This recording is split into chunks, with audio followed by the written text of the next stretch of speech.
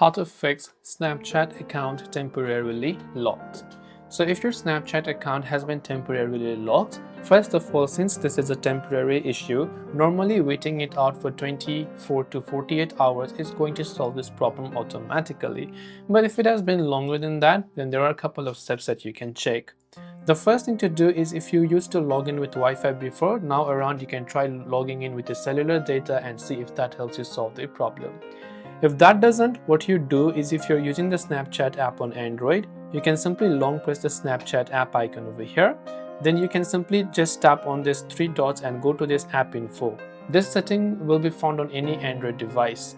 On iPhones, you have to simply offload the app. Now once here, you can go to the storage usage, clear the cache files and try to clear the data and see if that helps you solve the problem as well.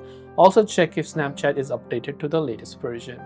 If none of these are working, then you have to try to unlock your Snapchat account manually. In order to do so, simply open up your browser and type in unlock Snapchat account. You'll find the first link to unlock your Snapchat account. Simply make sure to tap on that particular link over there. And when you've done that, simply log in using your email or your phone number. So type in your username or your email and go about typing in your password, then tap the next option.